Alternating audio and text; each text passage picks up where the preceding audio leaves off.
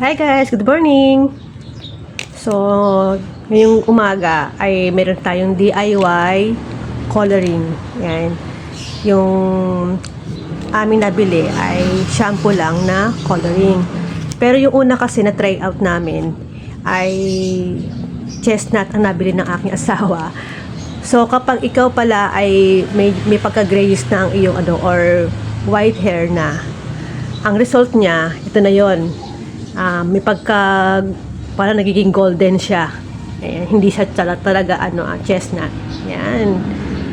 So dahil masyado siyang mestizo para sa kanyang color, so magkakaroon tayo ng second session niya kulay. Meron tayong bagong bili na hair dye color, dark brown tayo para mas medyo siyempre mas dark sa kanya. Yun lang. Tapos itong nabili namin ay parang shampoo lang, as in DIY, kayang-kaya kahit mag-isa lang, no. Yung sa package nito ay naka-include na yung colorant, developer, at siyempre meron disposable gloves. Yan. So ito lang. Mas practical kapag white hair po tayo ay mag-dark brown or basta dark. Yan.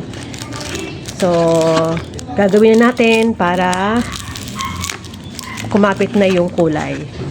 Abangan! So, ayan yung way para mai-apply yung shampoo na pangkulay. Ganyan lang kasimple. Para ka lang nagka-shampoo. Basta tutok lang po tayo sa white hair natin para mas kumapit ang kulay hanggang sa root. Ayan. Abangan po natin ang result after 25 to 45 minutes.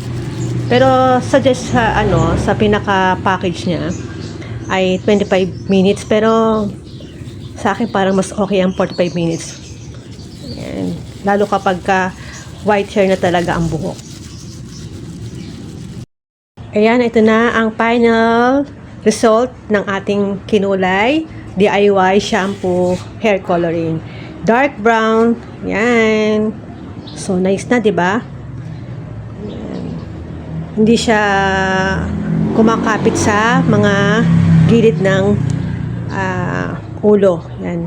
Yan ang kainaman sa shampoo hair coloring. Yan. Yan lang. Thank you for watching. Bye.